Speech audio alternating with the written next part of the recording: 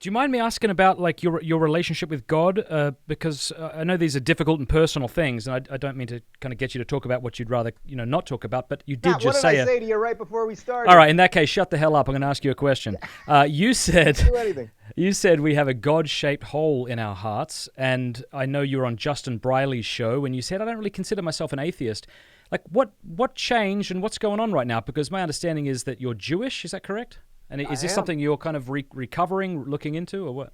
Yeah, well, so I'll answer this a couple ways. First off, you'll enjoy chapter 9 of the book. Which Yeah. Aren't you glad that I didn't pretend that I read it? I only said I read the first couple of chapters. This is what that pisses me off when people do interviews with me and you're like, you haven't read anything but the title. And that's pretty much what I've done with you. But no, but it's kind of funny as an interviewer. I'm sure you know this. There are certain interviews where I really do want to read the whole book before because there's a lot of stuff that I want to fully understand and grasp.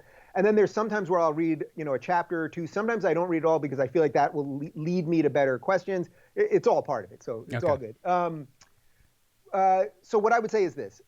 One of the things that I have moved on is that you can be an atheist and be a deeply moral, good, righteous, wonderful person. And I know it's cliche to say, well, some of my best friends are atheists, but several of the books that I have on my set right here are written by some of the most preeminent, prominent atheists in the world, from Sam Harris to Peter Boghossian and Michael Shermer and Richard Dawkins, et cetera. I believe these to be good people who want to live in a world that's probably very, very similar to the world that you and I want to live in. And that can work at the individual level. What I have come to believe, and I talk about this in chapter 9, where I talk about being on tour with Jordan Peterson, and this is one of the things that he would hit often, is that for a society to flourish over time, it has to be built on ideas that are outside of it. And by the way, the United States of America, that's exactly how we were set up.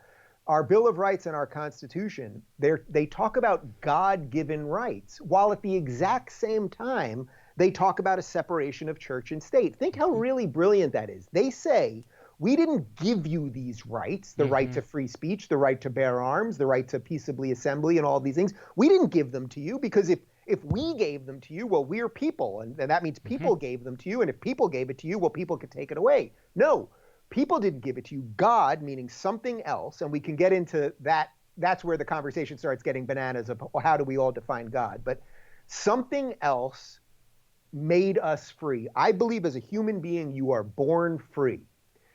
That is a God-given right.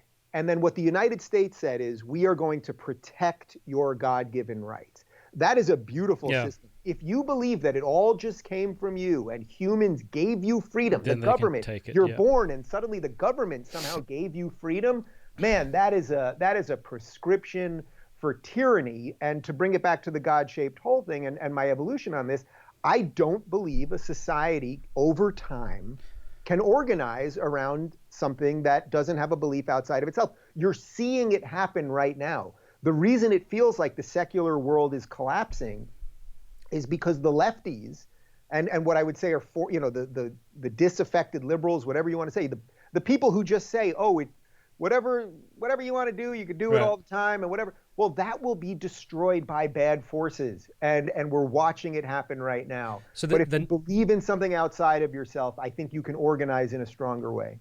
The next question, which we don't have time to go into perhaps, is the idea, is this a fictitious idea that helps to order society, or is this actually a reality?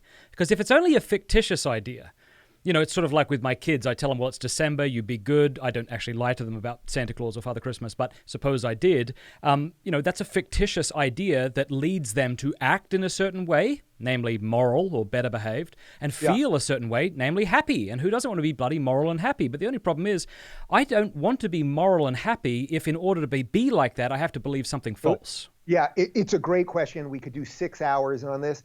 The short version would be, I believe that you can functionally believe that. You can functionally look at it as, we have to believe in something outside of ourselves so that we can build a society that will stand the test of time, and not just every time a bad idea comes in, will suddenly rattle the entire thing to the point of collapse, which might be where we're at right now. That would be a functional belief.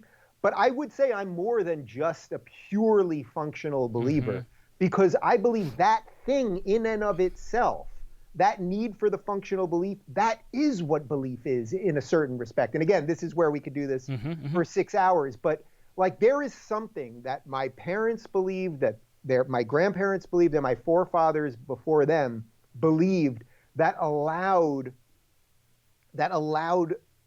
my lineage to go. I mean, look, the history of the Jews is a brutal, painful, pogromed, Holocausted history.